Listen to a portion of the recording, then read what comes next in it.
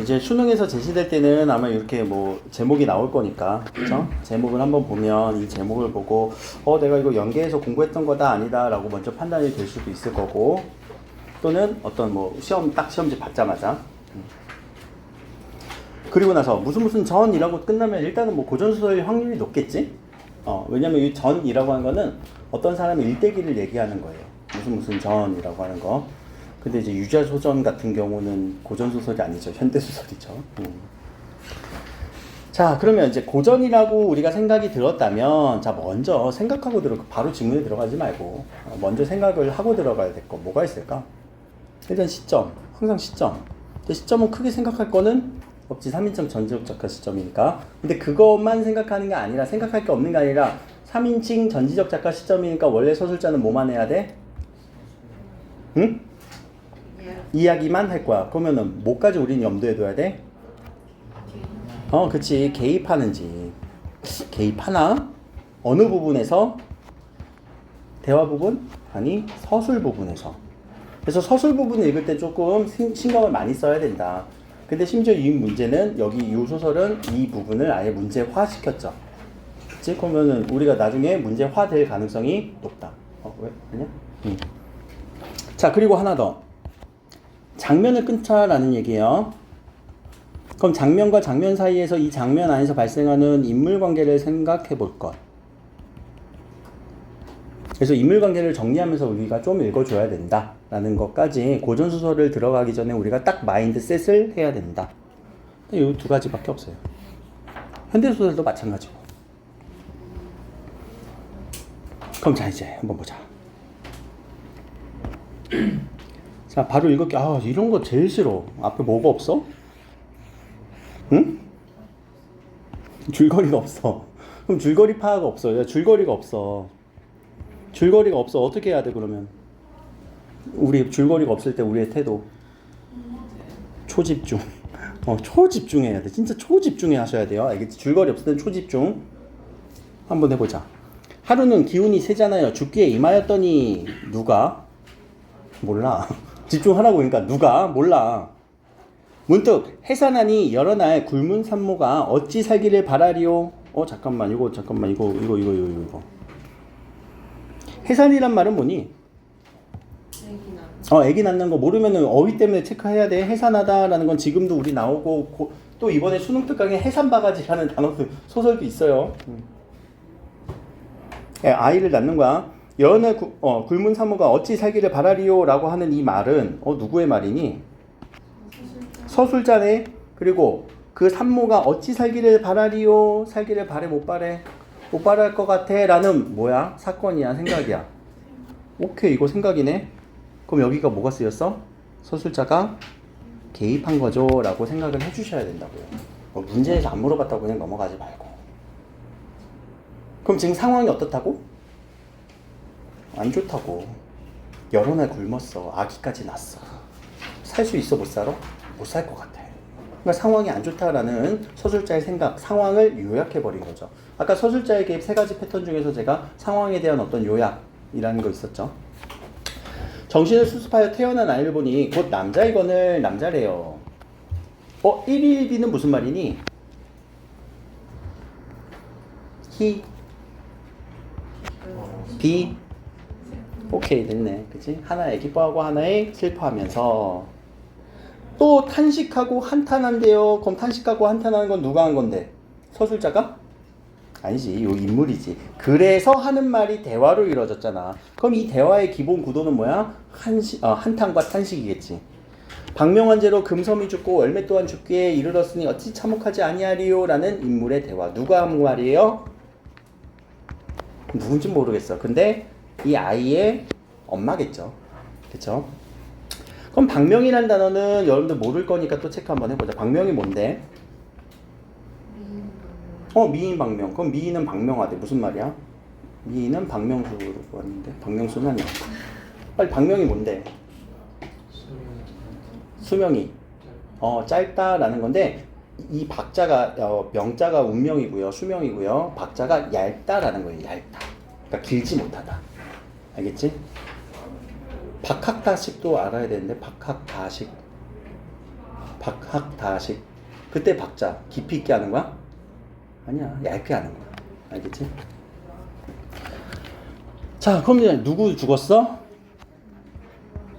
월매도 죽었어. 인물들 사건 정리해 주셔야 돼요.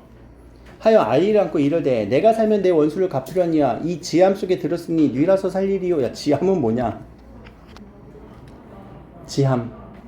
아, 모르겠어. 아무튼 어디 속에 있는 거지? 함이라는 단어는 기억나. 뭔지 느낌은 오죠? 오케이. 자, 네가 살면 내가 원수를 갚을 수 있지만, 자, 뉘라서 살리리요라는 이 말의 의미. 자, 대화를 읽을 때는 어떻게 읽으라고요? 이 대화의 심리, 생각, 정서 어떻게 하고 있어? 뉘하러 살리리요. 살 것 같아? 아니야. 지금 체념이잖아. 포기잖아. 그래서 탄식했대요. 그 부모의 참혹함과 슬픔을 이루어 측량하지 못하려라. 누가 측량하지 못한대? 그렇지, 이것도 개입한 거지.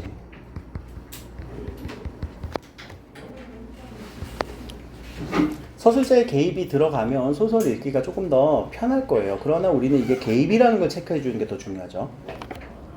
그럼 이제 중야. 일단 앞에 사건에서 장면을 끊어주면 아이가 태어났음, 엄마는 탄식하고 있음.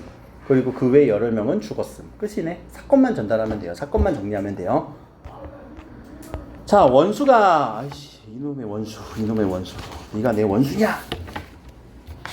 라는 말은 아닐 거예요.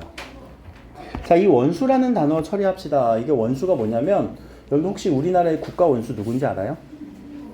대통령이죠. 그렇지? 그럼 그때 원수는 무슨 말이냐? 대표하는 또는 우두머리? 어떤 우두머리? 자, 고전에서의 원수예요. 이게 우리 지금 현대 국어까지도 쓰이는 거예요. 원수는 군대 총지휘관이에요.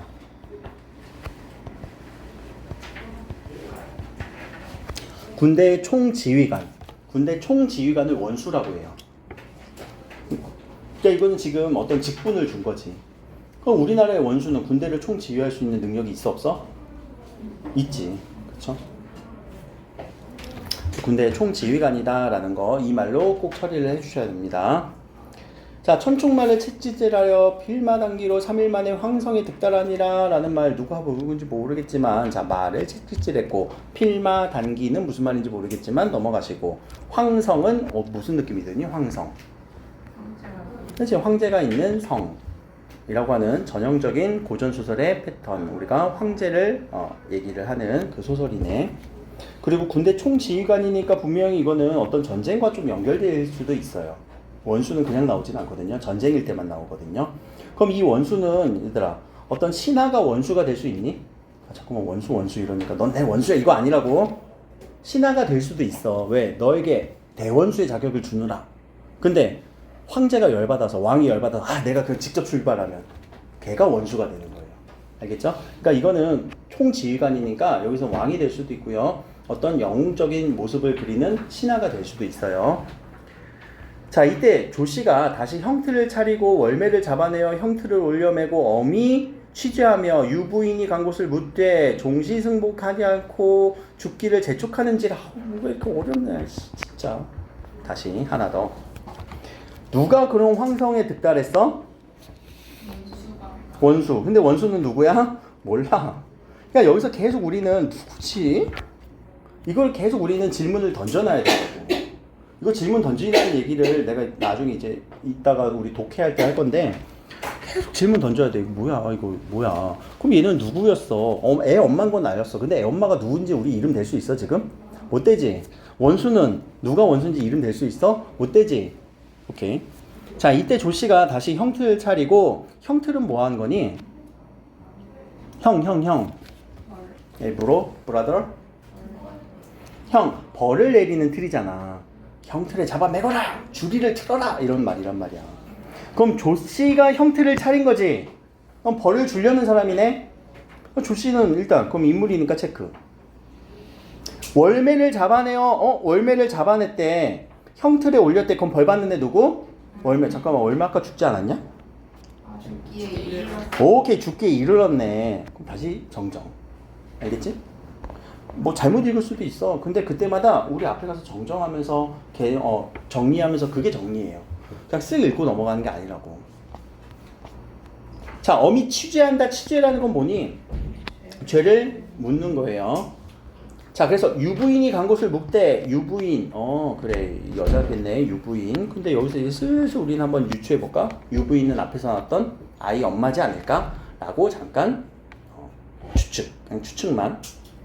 자, 간 곳을 묻되 종시. 승복하지 않고 종시라는 건 뭐야? 종시에 종시. 응? 종시. 종시. 끝종자예요. 결국 승복하지 않았다. 누가 승복해야 되는데? 그렇지, 월매. 그러니까 월매가 지금 조 씨한테 굴복했어? 안 했어. 그래서 오히려 뭐 하고 있어? 죽기를 재촉하고 있어. 나 죽여. 차라리 날 죽여. 자, 그래서 조 씨가 치다 못하여 그 치고 차후에 혹 탈로할까 겁을 내요 라는, 자, 누구의 심리? 조 씨의 심리. 그럼 조 씨도 지금 당당해서 하는 건 아니지?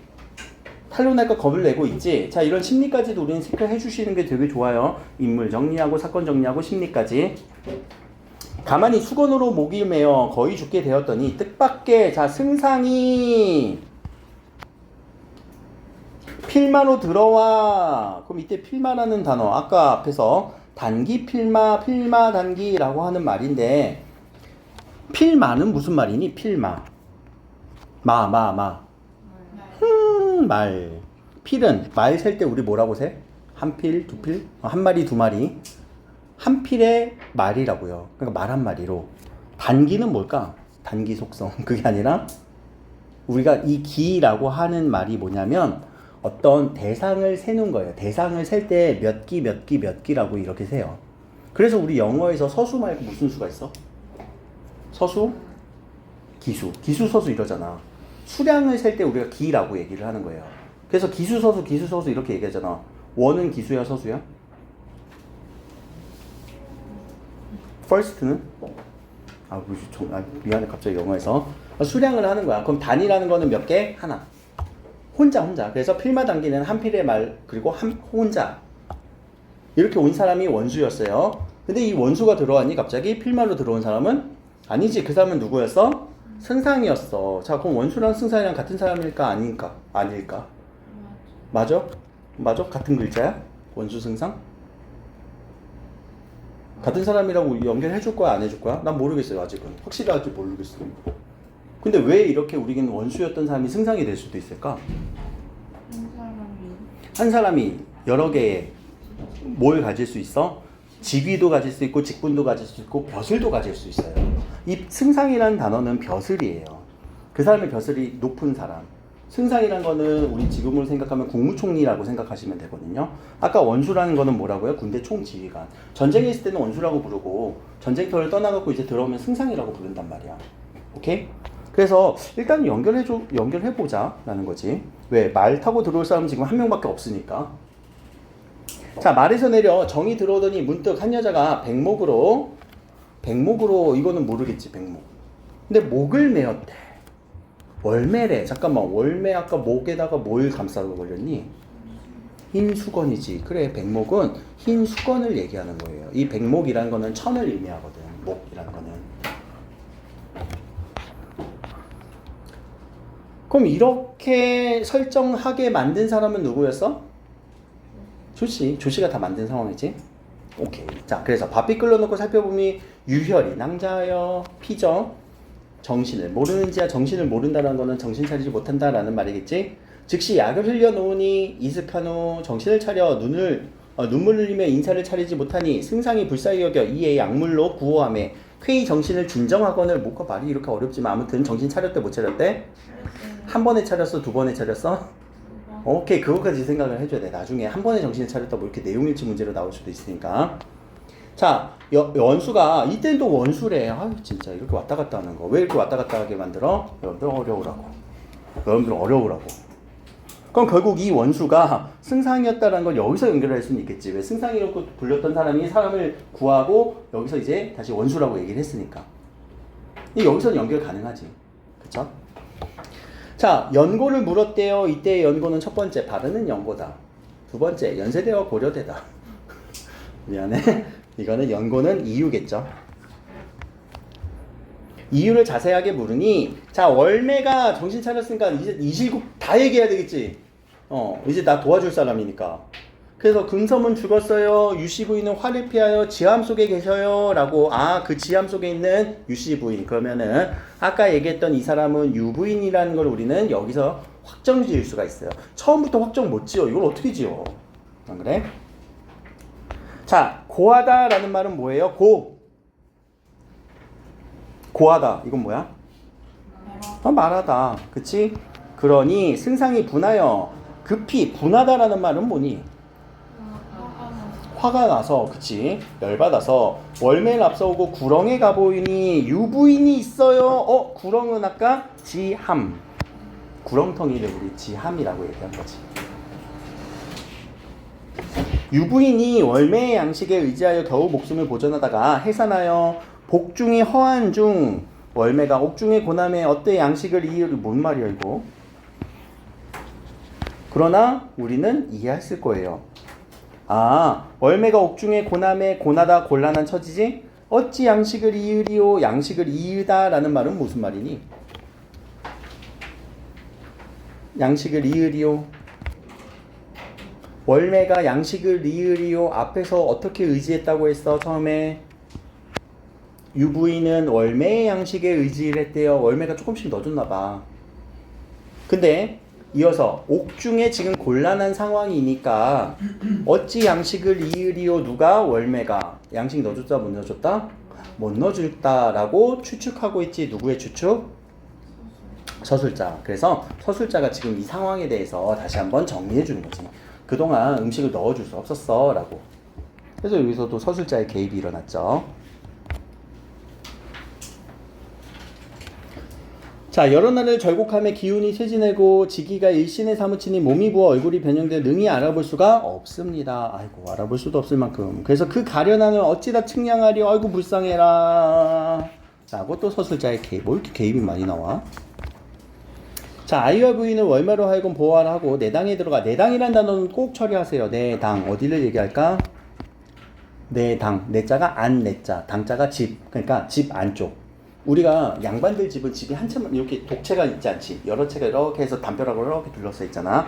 그래서 안쪽에 있는 내당은 우리가 부인이 사는 곳이에요. 부인들의 방 혹은 그쪽을 규방이라고도 얘기를 해요. 부인들이 사는 곳. 규원가 할 때 그 규자예요. 자, 그래서 그 안에 들어가서 왕비께 배우니 왕비가 크게 반겨 승상의 손을 잡고 말하고 있습니다. 내당에 있는 왕비를 만나러 들어갔구나. 그치? 안쪽에 있는. 지금 어디로 들어왔다고? 아까 황성에 득달하노라 라고 얘기를 했잖아. 그치? 그래서 성 안에 있는 내당에 들어갔네. 그러니까 내당에는 누가 살아야 돼? 부인들. 부인들이 사는 곳 왕비. 그럼 여기까지 잠깐 여기까지 끊고요. 요 기억과 니은을 처리 한번 해봅시다. 가서 문제에서.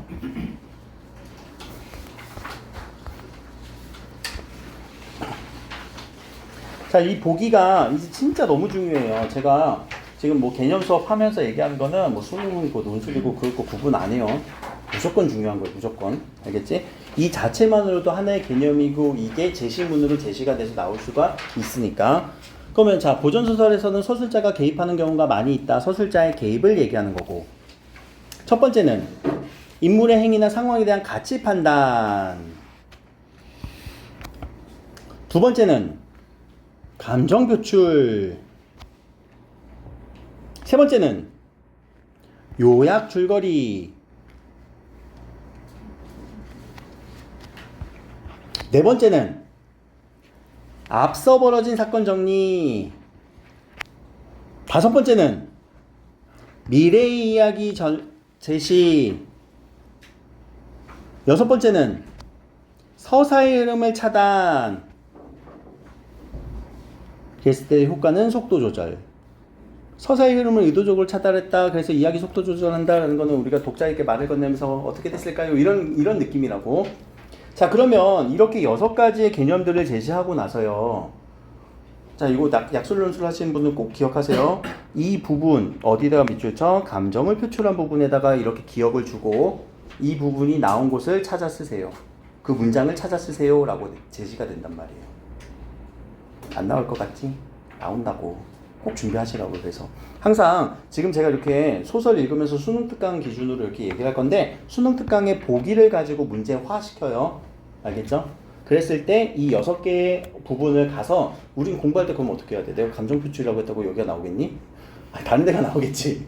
물론 감정표출이 나올 수도 있지만 그 부분 가서 다 찾으라는 얘기예요. 공부할 때마다.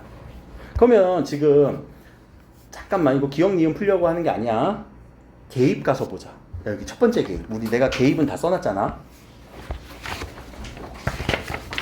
자, 요 개입 첫 번째 개입이에요. 산모가 어찌 살기를 바라리요 라고 하는 이 부분은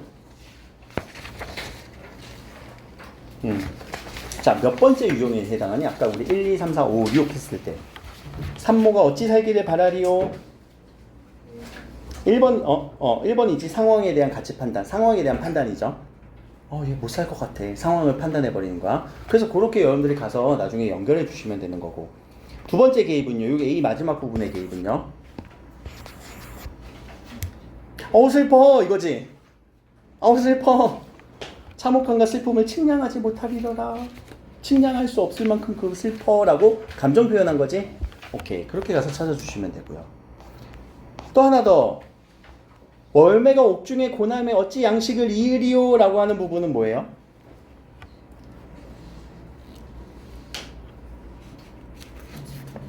응? 이때에 대한 얘기는?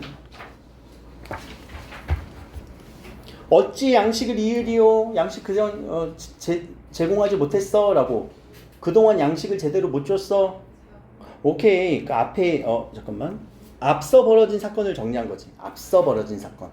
그렇죠? 앞서 벌어진 사건에 대한 얘기예요. 또 그 가련함을 어찌다 측량하리요? 여기는요. 개입했네. 정서 표현한 거죠. 가련해. 불쌍해. 라고. 자, 요렇게 해서 여러분들이 가서 그 문장이 어디에 해당하는지를 찾아주시는 것까지 공부하시면 오히려 더 깊게 공부하셔야 된다고요. 알겠죠? 근데 그 개념이 탄탄해야 된다고. 개념 없이는 수능도 그렇고 논술도 그렇고 왔다 갔다 해요. 그래서 여기까지. 그럼 문제는 우리가 풀어볼까? 기억은 상황 요약, 니은은 감정 표출. 이렇게 찾아주면 되겠네. 그치? 그럼 다른 것들도 있을 수가 있겠네. 그래서 다른 것들을 우리가 더 찾아준다라고 생각을 하시고 한번 봅시다. 이제 이어서 다시 지문. 근데 지문을 제가 이렇게 읽으면서 뭐 설명해서 하다 보니까 내용들이 되게 시간이 오래 걸린 것처럼 느끼지만 아니야. 얘 후루룩 읽는 거야 사실. 후루룩 하면서 정서 표현됐네, 개입됐네, 체크체크체크 하면서 그렇게 읽어줘야 돼 지문은요. 그리고 사건 정리하면서. 자, 이제 내당에 들어가 왕비께 배우니 라고 해서 제가 여기서 이제 끊고 문제 풀고 왔죠. 제가 여기서 끊었네요. 왜 끊었지? 장면이 바뀌었으니까. 장소가 바뀌었잖아. 인물이 또 다른 인물이 나왔잖아. 해서 장소가 바뀌었어요. 왕비 등장했어요. 인물이 바뀌었어요. 장소도 바뀌었어요. 장면이 바뀌었어요. 할 때 그냥 이렇게 빡 끊어주세요. 뭐 이렇게 문장을 구분하면서 끊는 게 아니라 그냥 여기서 딱 끊어주세요. 알겠지? 그냥 쭉 끊어줘야 돼. 표시는. 그래야 눈에 확 들어와. 알겠지? 그리고 장소 어디였어? 인물 어디였어? 다시 이렇게 동그라미 쳐주면서 내당 왕비 팍팍 쳐주면서. 그래야 우리가 독해가 된다고요. 그럼 누가 얘기했어? 왕비가 얘기했어요. 그치? 공 세웠어. 노모의 마음이 즐겁기 측량하고. 잠깐만, 노모라고 얘기를 하네? 노모? 옛날에 그 박찬호 시대에 노모 히데오라는 야구 선수는 아닐 것 같고. 무슨 말이니? 노모. 늙은 엄마지. 잠깐만, 자신이 왕비가 늙은 엄마면은 얘는 누구야? 아들이네? 왕비 아들은 누구야? 왕자겠네? 혹은 뭐 세자라고도 할 수 있겠네. 인물관계 정리됐어? 그리고 직분 지위 다 이해됐어? 근데 왕자라고 안 하고 뭐라고 됐어? 승상이라고 됐지. 높은 벼슬. 그렇게까지 생각을 하면서 읽어주는 거야. 인물을 되게 이렇게 잘 표현한단 말이야. 이 노모라는 거는 우리가 관계 때문에 얘기하는 거잖아. 그치? 그 인물의 관계성에서도 얘기하잖아. 아들 이렇게 하는 것처럼. 자, 마음이 즐겁기 측량 없도다. 측량 없다는 건 셀 수 있다 없다? 없다. 내 마음이 너무 즐겁다. 그러나 내가 출전한 후 가내라는 건 뭐야? 가내수공업. 그치? 집 안에서 불측한 일이 있으니 통탄한 말을 어찌다 형언하리요. 형언이란 말은 뭔데? 표현할 길이 없다. 형용사 할 때 그 형자잖아. 표현하다. 그러면 이 말은 자 대화네요. 이 대화를 잘 처리해 봅시다. 자 무슨 말이에요? 나 너무 즐겁지만 네가 공대한 건 즐겁지만 우리 집에 지금 문제가 있어 라는 말이지. 하고 자 충렬 부인의 자초지정을 말하니 또 이 충렬 부인은 뭐냐 또 진짜 누구야 이 부인은 아직 몰라. 근데 자초지종을 말해야 되는 이 사람은 누구라고 얘기를 해야 되니? 1번 조씨, 2번 유부인, 3번 월매? 월매는 부인은 아닌 것 같고 조씨 아니면 유부인이지 지금까지는. 생각을 한번 해봐. 이 충렬 부인이 누군지는 몰라. 근데 조씨 아니면은 유부인일 거란 말이야. 이라는 생각, 우리가 누군지를 설정을 해버리는 순간 이거는 잘못된 독해가 일어날 수도 있어요. 알겠지? 그러니까 항상 조금씩 열어놔요. 그걸 짜맞춰주는 거란 말이야. 하고 자초지종을 말하니 끊고. 왜? 누가 말한 거야? 누가 다 말한 거야? 왕비가 얘기한 거지. 하나 더. 야 충렬 부인의 자초지종을 말했는데 세세하게 다 설명했니? 그냥 요 짤막한 글로 얘기했니? 요렇게 짤막하게 표현한 게 다 뭐라고요? 요약적 제시. 요약적 제시가 여기서만 일어난 건 아니고요. 여기가 다 요약적 제시였어요. 앞부분. 누가 뭐 했다, 누가 뭐 했다, 얘가 와서 뭐 했다. 상황 정리하고 왕비한테 달려갔다. 압축적으로 제시했잖아. 그치? 막 상황 막 이렇게 자세하게 얘기 안 했잖아. 요런 부분까지는 우리가 서술자의 개입 플러스 요약적 제시구나. 그리고 요약적 제시가 봐봐. 서술 자체가 길어지고 있지. 서술 자체가 길어지고 있지. 고전에서 이렇게 서술 긴 거 잘 안 나와. 서술 긴 순간 거기에 뭔가 있어. 뭔가 있다라고 생각을 하셔야 돼요. 알겠죠? 그래서 이렇게 서술이 긴 부분은 우리는 주의 깊게 읽어줘야 될 것. 자, 그래서 자초지종 얘기했어요. 그래서 승상이 얘기를 했네. 마음 진정하세요. 충렬의 방에 간부 있음을 어찌 알았으리요? 간부는 뭐냐? 무슨 간부냐? 모르겠다. 라고 물어봤네. 그러고 나서 노모의 서사촌 복록이 와서 이리이리 하기로 알았다. 야, 자세하게 설명했냐? 요런 표현도 눈여겨보세요. 고전에서 요렇게 대충 처리하는 경우가 있어. 요것도 요약이지. 자세하게 설명 안 해줬지. 근데 어디에서? 대화 안에서. 대화 안에서도 이렇게 처리가 되기도 한다. 그래서 나 그렇게 해서 알았어 라고 얘기를 하죠. 까지 끊고. 왜요? 복록을 찾으러 갔거든요. 승상이 야 대로라는 건 무슨 말이니? 대로하다. 크게 놀란 거지. 놀라서 빡쳐서 열받아서 복록을 찾았습니다. 그리고 나서 복록이 간계가 복록이라는 애는 그러면 이거는 물건 이름은 아니고 사람 이름이었구나. 그쵸? 그리고 이런 사람이 있음을 어찌 알았어? 나 얘 때문에 알았어. 그럼 얘가 지금 키맨이네. 핵심 인물이겠네. 그래서 핵심 인물을 찾았어 라고 이제 찾으러 간단 말이야. 그래서 복록이 간계를 했대. 야 간계란 단어는 뭐니? 간사한 계략이지. 그럼 얘는 일단 인물을 설정시킬 때 캐릭터를 설정할 때 착한 놈, 나쁜 놈? 나쁜 놈이네. 나쁜 놈이야. 이렇게 잡아주면 되잖아. 우리가 아까 인물의 성격, 캐릭터 잡아주라는 거. 그 인물을 볼 때. 그리고 도주회 때. 자, 승상이 외당에 나왔습니다. 야, 우리 외당 아까 내당의 반대 외당. 바깥쪽이죠. 형틀을 배설하고. 야, 이 배설이란 단어가 뭔지 우리는 또 고전에서 많이 나오니까 꼭 기억을 해주세요. 배설하다라는 말은 뭘까? 배설하다. 우리 배설하는 거 뭐니? 그래 배설작용. 그렇게 하는 거. 하는 거. 근데 이때 배설은요. 차려놓는 거예요. 차려놓는 거. 늘여놓는 거. 펼쳐놓는 거. 그게 배설이에요. 알겠죠? 그러니까 형태를 만들어 놓고 차려놓고 옥졸들을 잡아들여 국문하였습니다. 국문은 무슨 말인지 모르겠지만 일단 문이네. 그치? 문자가 뭐니? 물어볼 문자예요. 그렇죠? 질문할 때 문자예요.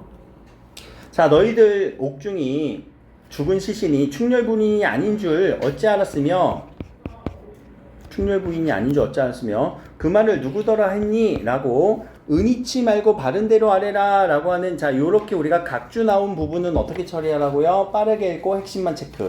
그럼 각주의 은휘라는 단어는 꺼리어 감추거나 숨김이라고 하는 말의 핵심은 뭐야? 숨기다. 숨기지 말고 이렇게 해석하면 되죠. 하는 소리 우대 같으니 라는 막간을 이용해서 비유법. 그치? 옥졸들이 황급하여 고하기를 이제 겁먹었네. 자, 황급하여라는 심리적 태도 체크.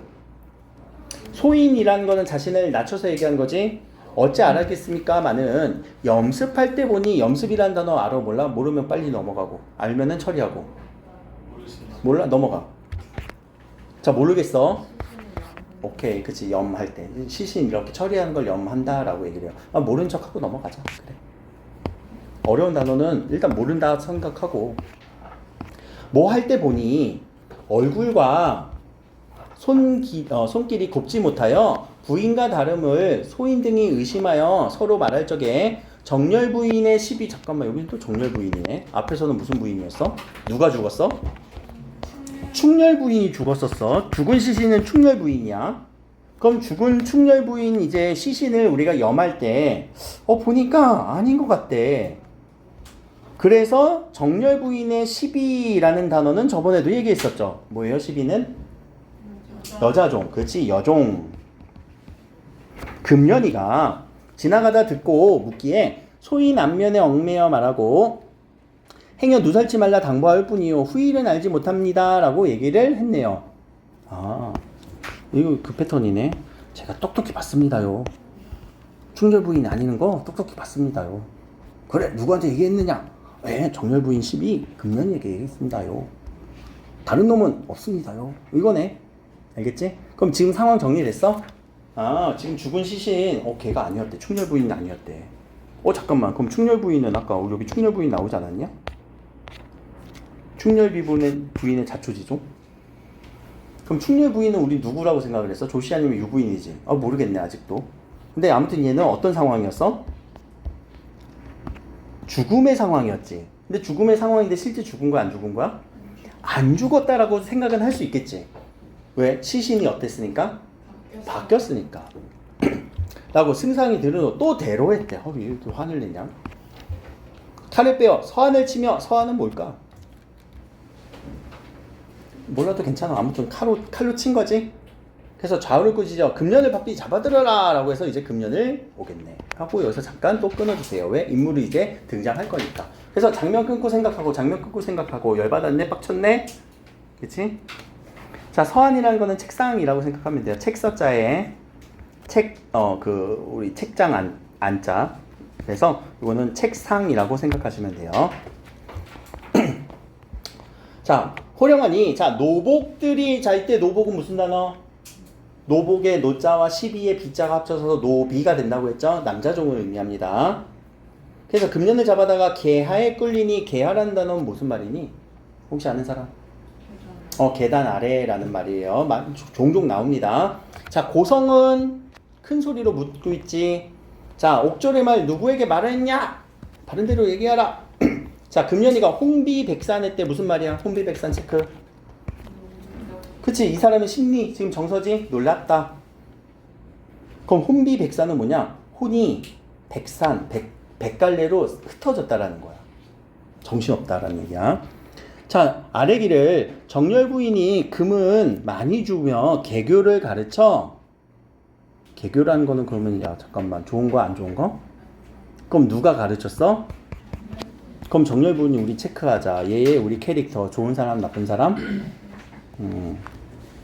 나쁜 사람이라고 이렇게 캐릭터 체크해 주는 거 이해되지? 아까 내가 인물의 캐릭터 잡고 심리, 생각. 남복을 입고 남자 옷을 입고 충렬 부인의 침소에 들어가 병풍 뒤에 숨어 썼던 일과 정렬 부인이 거짓 병든 차 하며 충렬 부인이 놀라 문병하고 탕약을 갈아들여 반미기포로 간병하시니. 정렬 부인은 잠깐만 거짓 병이었어요. 그치? 충렬 부인 침소에 지금 관계가 펼쳐지고 있어요. 여러 가지 지금 사건이 복합적으로 지금 얘기가 되고 있어. 그러니까 잘 나눠줘야 돼.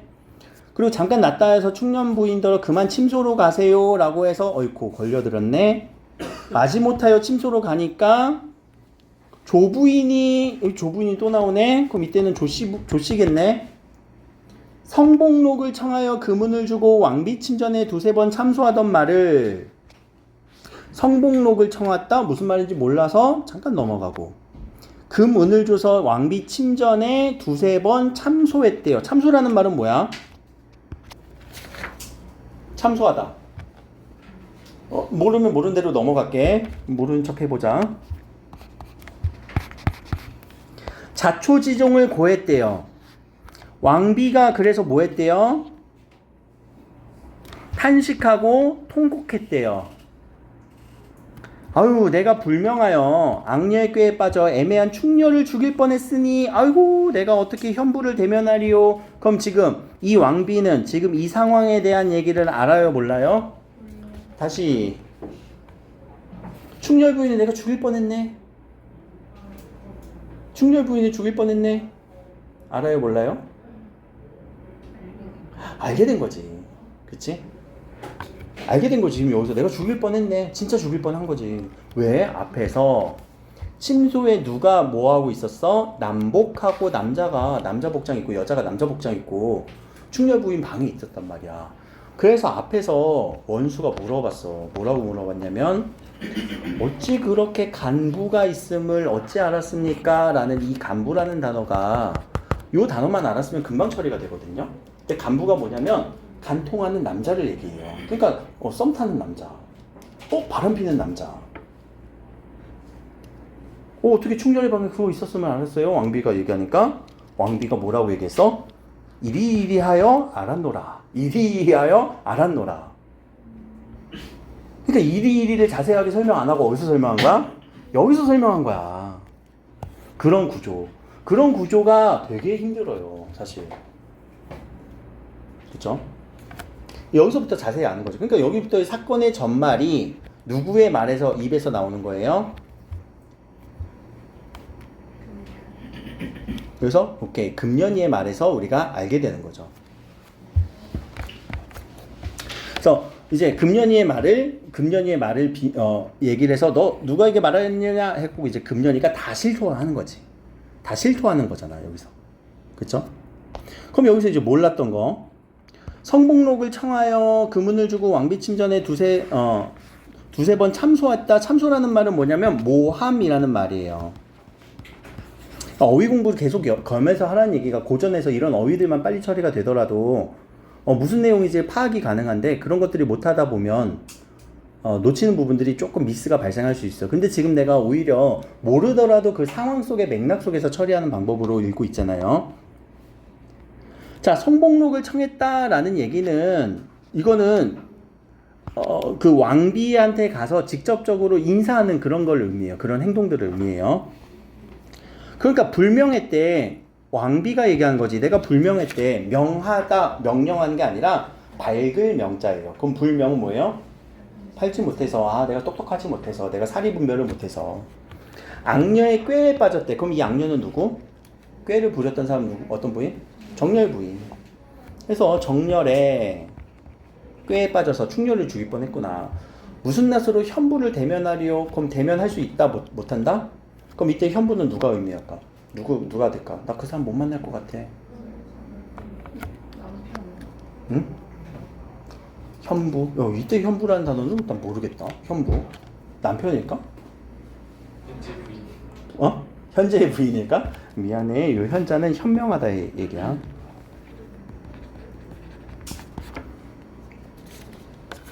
현명하다예요. 그럼 현명한 부자는 뭘까? 우리가 부부할 때 그 부자가 동일해서 우리가 파악이 쉽지는 않아요. 그러면은 현명한 남편일지 현명한 부인일지는 아직 모르겠어. 근데 보통 현부는 아내한테 의미를 해요. 현명한 아내. 왜냐면 여기 맥락에서도 봐봐. 내가 충렬 죽일 뻔 했는데 알고 보니까 내가 꽤 빠졌던 거야. 그러니까 난 충렬을 못 보겠어. 이렇게 얘기하는 게 더 맞잖아. 그치? 자, 그렇게 슬퍼하니까 승상은 아들이지. 이는 모친의 허물이 아닙니다. 소자가 제가 집안을 다스리지 못한 죄입니다. 모친은 심려하지 마십시오. 라고 얘기를 하면서 엄마 제 탓이에요. 효자네. 자, 이제 왕비가 눈물을 거두고 침석에 누워 일어나지 아니하니 승상이 제삼을 위로하고 즉시 조씨를 잡아들였습니다. 그래서 꿀리고 크게 꾸짖어서 얘기하고 있습니다. 내 죄는 하늘 아래 서지 못할 죄니 입으로 다 옮기지 못할지라. 길게 설명 안 하겠다 이거지. 죽기를 어찌 일시 용서하리오마는 사사로이 죽이지 못하리니 천자께 주다라고. 천자는 누구? 황제. 나 황제한테 그러니까 전달할 같고 죽일 거야. 그러면서 조씨가 애달프면서 얘기하대. 첩의 죄상이 이미 탄로났으니 상공이 임의대로 하세요. 그냥 죽여주세요. 네가 알아서 해주세요. 라고 하면서 승상이 노하여 큰 칼을 쓰였다. 큰 칼은 우리 목에다가 이렇게 쓰이는 그 벌을 의미하죠. 목에 이렇게 큰 칼. 춘향이가 했던 거. 그래서 궁에 옥에 가두어 상소를 지어 천정에 올리니 그래 그렇게 쓰여 있습니다까지 끊고 이제 이 상소의 내용을 보면 됩니다. 여기서 이제 다 풀리겠죠. 그동안 궁금했던 거는 여기서 이제 다 풀어주시면 되지 않을까 싶어요. 자, 승상정을서는 자신의 벼슬 얘기했고 자신의 이름을 얘기했습니다. 돈수백배 하옵고 돈수백배라는 거는요 절합니다. 예의를 갖춰서 편지를 보내서 쓰는 거예요. 성상 탑전에 올림나니이다. 황제 앞에 제가 글을 보냅니다. 신이 황명을 받아서 한번 북처 서용에게 항복받고 백성을 진무하여 온 후 회군하려 왔는데 신의 집에 급한 소식을 받아서 제가 바삐 올라와서 본들 여차여차했습니다. 이래 했고 여차여차했대. 이렇게 설명을 많이 해. 그럼 이런 내용들이 뭔지 우리는 나중에 물어볼 수 있단 말이에요. 알겠죠? 가변이 있습니다. 가변은 뭐니? 집안의 변. 어찌 부끄럽지 아니하겠습니까? 라고 지금 여기까지 되게 압축적으로 전달을 했죠. 그래서 저 전쟁에서 이기고 왔어요. 근데 우리 집에 문제가 있었어요. 압축적으로 서술한 거죠. 요약적 제시일 수도 있습니다. 자, 비록 신의 집이 이르나 스스로 처단하지 못했습니다. 그래서 제가 자세하게 보내드립니다. 폐하는 극형으로 국법을 쓰셔주세요. 죄인을 밝히시고 신의 집에 있는 12 금성이 상전을 위하여 죽었습니다. 금성은 아까 죽은 사람 맞지? 그래서 걔한테도 표창 좀 해주세요. 상 좀 내려주세요. 하였고, 자, 유씨 이제 유부인이네. 지함에 들어 해산하고 월매의 충의를 입어 연명을 보전하였으니 세세히 주달하였더라. 그 내용에 그 끝에 플러스 유씨에 대한 내용도 적었다. 자, 이때 상은 누구예요? 상? 위에 있는 사람 누구? 주상전하, 왕이겠네, 황제겠네. 대경은 뭐니? 대경하여. 그게 놀라, 경자가 놀랄 경자예요. 가라사대는 뭐라고? 가로다, 가라하시다, 말씀하시다. 높임 표현입니다. 말씀하시다.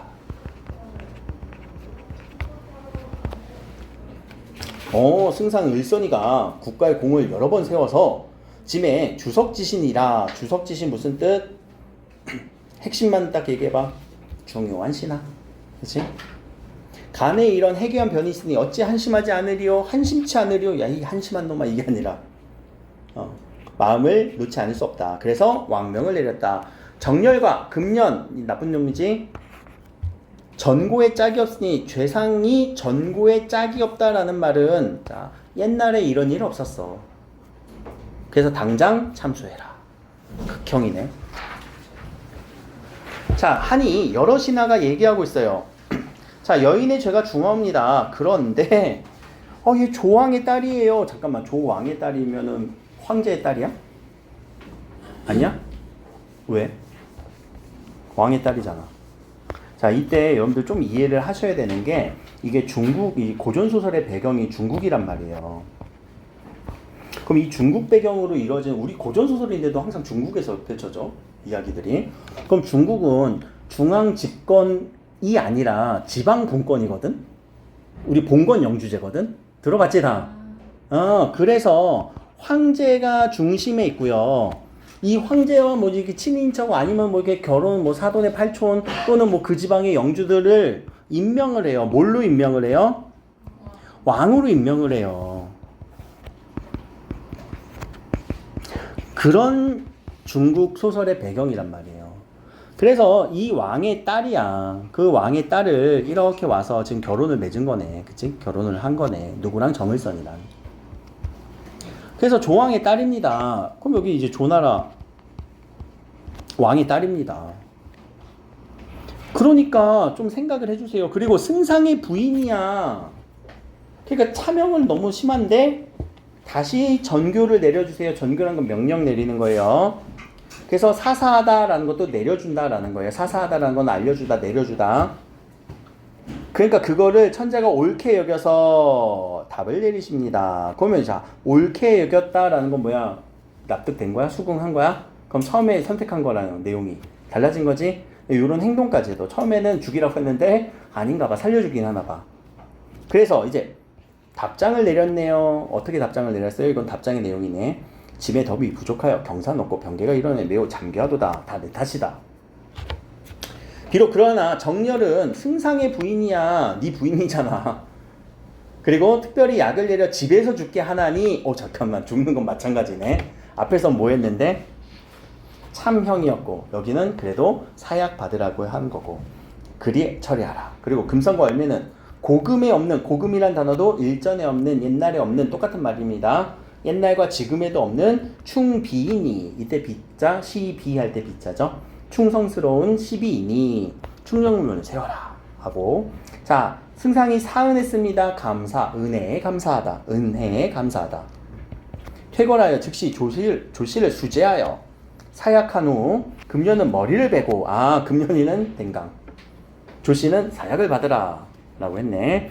그러니까 이게 죽이더라도 그냥 다 죽는 게 아니라 등급이 있어요. 한 번에 그냥 사지를 찢어 죽이냐, 아니면 목만 뱉느냐, 아니면 약을 먹고 죽이느냐.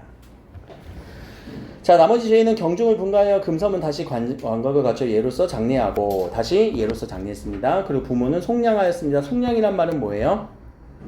우리 속량하다라는 거는 신분 풀어주는 거지. 그래서 부모가 풀려났네요. 어디였는데? 원래 종이었는데.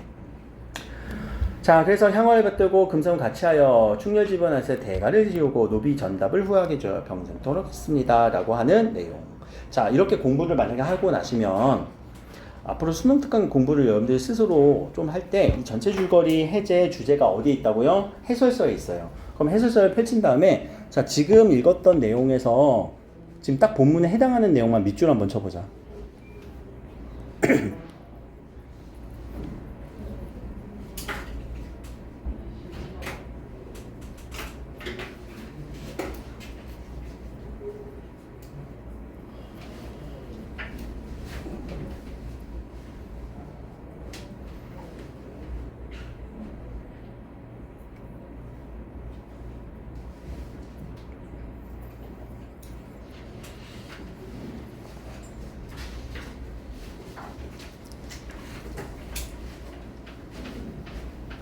밑줄 쳐지니?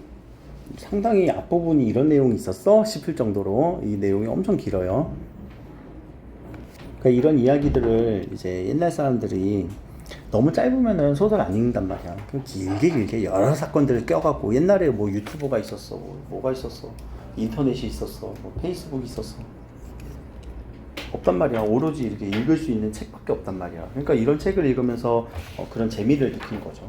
책을 읽을 수 없는 사람은 그 이야기를 전달하는 뭐 판소리꾼 이런 사람들한테 이야기를 쭉 듣게 되는 거란 말이에요.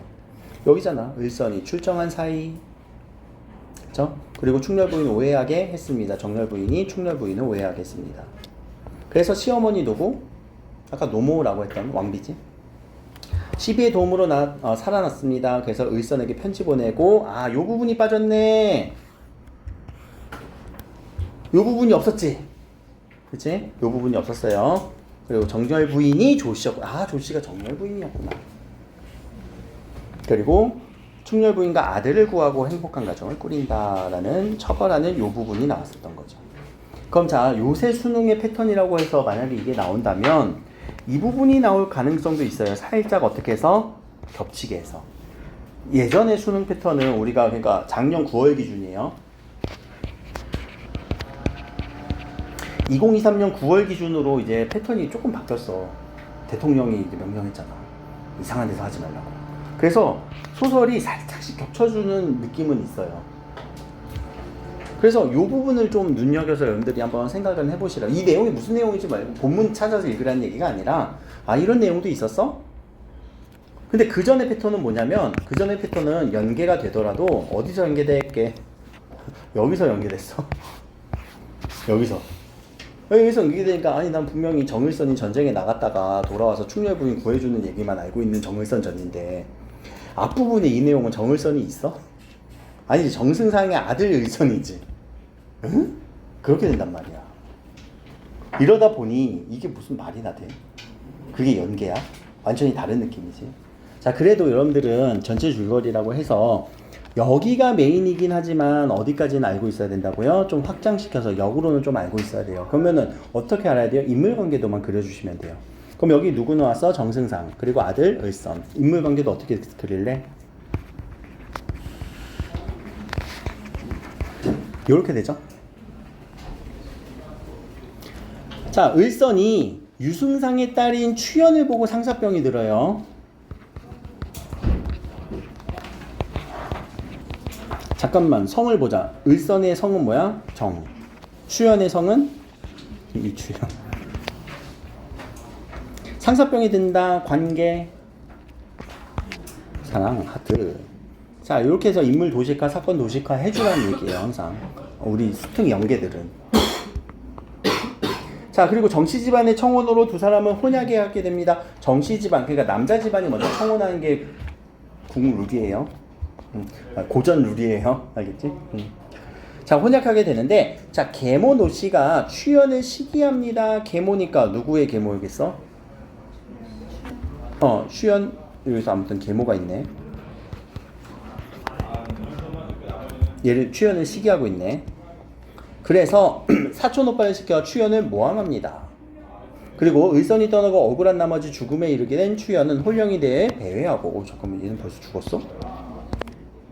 이런 사건, 이런 가정의 불화 사건이죠. 추연이 죽었네. 추연이 살던 익주는 패촌이 되어서 추연의 유모에게 유모라는 거는 이제 대신 키워줬던 사람이지. 자초지종을 죽고 추연의 홀령을 만나 추연을 회생을 시켰다고? 회생을 시켰다고? 무슨 소설이에요? 판타지 소설이네. 의 느낌까지. 이게 조선 후기에는 이런 소설들이 많이 쓰여요. 그럼 이제 추연이는 살아났어. 그래서 걔를 뭐라고 얘기를 했어? 충렬 부인이 됐다.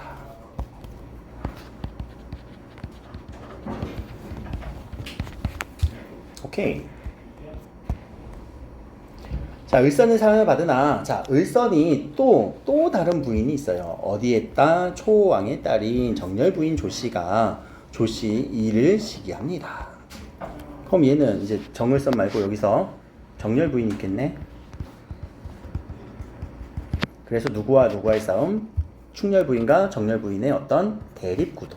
이런 대립구도를 잡아주시면 된다. 그리고 하나 더 모함을 하고 있죠. 그리고 시어머니는 누구예요? 정승상의 엄마가 시어머니겠네. 여기서는 왕비라고 나오는 거. 그렇죠? 그래서 얘를 죽일 뻔했다. 그래서 도와주세요. 남편 도와줘. 라고 해서 편지 보냈고, 12의 도움이라는 건 간략하게 언급이 됐지. 금섬이와 월매. 그런 도움으로 살아나서 편지 보냈고 집에 돌아왔습니다. 까지. 그래서 이런 관계들 정리 한번 해보시고, 앞에서 이렇게 추연이를 만나는 이 장면도 우리가 빼놓을 수는 없어요. 그럼 나중에 정을선전이라고 하는 이 내용이 딱 기억이 난다면, 맞아, 을선이가 뭐 했더라? 쭉 나와야 돼. 을선이가 뭐 했더라?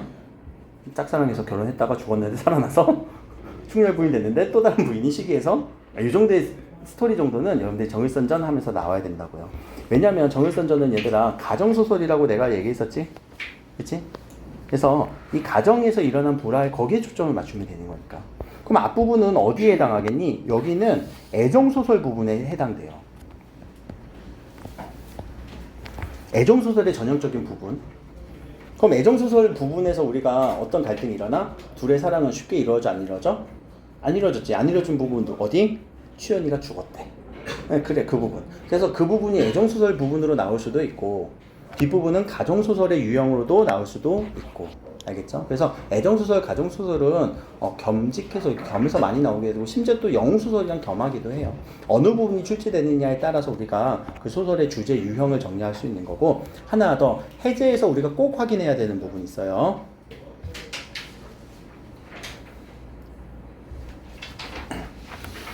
자, 앞부분은 계모형 가정소설의 구조입니다. 계모 노씨로 인해서 죽었대요. 그렇죠? 계모형 가정소설. 이 말이 뭐였냐면 애정소설 같은 계모에 의해서 반대되는. 그 계모에 의해서 우리가 좀 이렇게 시련을 겪는 사람은 우리가 대표적인 신데렐라가 있잖아. 신데렐라는 어려서. 그래, 그런 계모형 가정소설이 자 이렇게 해제를 읽으라는 얘기는 이게 어디에 나올 수도 있다고요? 보기에 출제될 수도 있어요. 문제에서 제시됐던 보기도 마찬가지지만 이 해제 자체를 우린 보기로 출제할 수가 있다라고요. 논술하시는 분들 꼭 기억하세요. 알겠죠? 자, 밑에는 쟁총형 가정소설이래요. 그럼 쟁총이라는 말은 무슨 말인지 우리가 이해를 해야 된단 말이야. 계모는 알잖아. 쟁총은 뭘까? 쟁총. 총. 애를 쟁취하는 거예요. 총애를 쟁취하는 거. 남편의 사랑을 쟁취하는 거. 부인이 2명이니까. 나는 몰라 이런 거. 알 수가 없어. 알아서도 안 되고. 근데 옛날 사람들은 그랬대. 그렇죠? 그래서 서로 자 보조 인물들 이런 사람들 나옵니다. 그래서 인물도 서로 대응시키면 됩니다. 라는 거. 그래서 계모형 가정소설인지 쟁총형 가정소설인지 그리고 논술이 나오면은 그 쟁총형 가정소설로서 제시가 될 가능성이 있고 수능 지문으로서는 요 안 나온 부분을 살짝 거쳐서 나올 수도 있고 그리고 문제에서는 여기 보기 부분 서술자의 개입에 대해서도 우리는 정리를 하셔야 되고 자 소설을 하나 공부하더라도 그냥 내용 공부하는 것도 있지만 보기 부분 공부하는 것도 있고요 하나 더 해제 부분 공부하는 것도 있고요 줄거리 부분까지 이렇게 겸해서 한 4가지 포인트 잡고 공부를 하시면 됩니다. 자 혹시 여기서 문제 틀린 거 있니? 문제 뒤에 답 한번 맞춰볼까? 틀린 거 부분 위주로 설명을 좀 할 건데 1번 유형은 그 대화의 의미를 얘기하는 거지 말에 대한 의미, 말하기의 의도 그래서 답은 3번으로 가면 될 것 같아요. 어우 안타까워 라고 하는 부분이고 자 국문이라고 하는 내용 인물에 대한 생각을 추측한 겁니다. 왜? 이러이러해서 여차여차해서 자세하게 설명 안 했단 말이야. 그치? 그러니까 그런 부분들을 우리는 좀 추측을 해야 되는데 자 그때 적절하지 않은 거네. 그럼 여기서 우리가 추론할 수 없는 거네. 자 월매는 국문을 통해 진실이 밝혀지고 충렬부인의 누명이 벗겨지길 바랬을 것이다. 월매. 그치? 국문을 통해서 왜? 다 얘기했잖아. 다 얘기했잖아. 월매가 가서. 사실은요. 응? 대감만이 이러면서. 자 성목록은 국문과정에서 관계가 발전되며 요 복록이라는 이 사람 그러니까 복록이 가서 이렇게 왕비를 만나는 그 행동을 했었잖아. 복록이 그래서 목숨이 위태워질 것을 염려했을 것이다. 왜? 그래서 우리가 아까 감정 우리 관계가 밝혀질 것이다 라고 이렇게 체크하지 않았니? 또 옥졸들은 국문에서 사실대로 고해야 무죄함이 밝혀질 것이라고 판단했을 것이다. 그러니까 다 놀래갖고 막 얘기를 하잖아. 또 왕비는 국문 과정에서 충렬 부인이 자신의 판단이 그릇되었음을 민망했을 것이다. 내가 그러니까 충렬이를 어떻게 보니? 라고 얘기를 했던 그런 내용들이 다 추론 문제고 일치 문제예요. 그렇죠? 근데 5번 내용은 안 나와서 그냥 틀린 거예요. 안 나와서 틀린 거지. 근데 이렇게 생각한 사람들은 있지.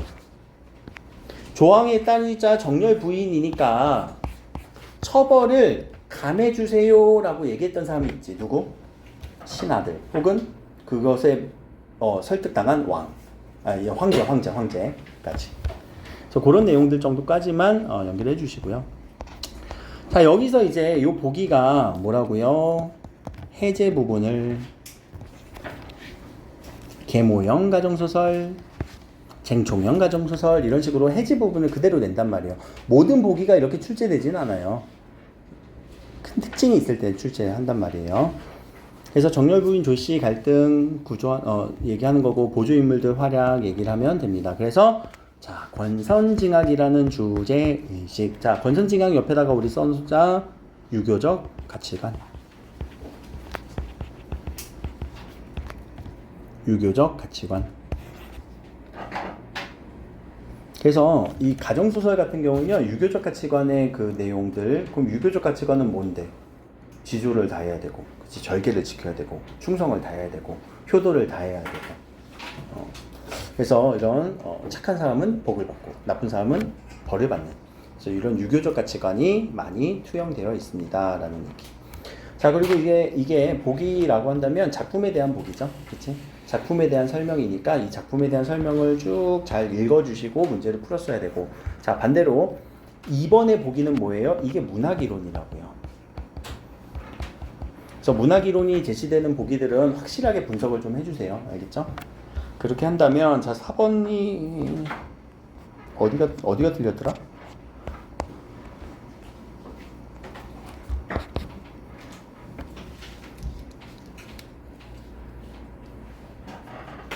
어디가 틀렸니? 4번에서.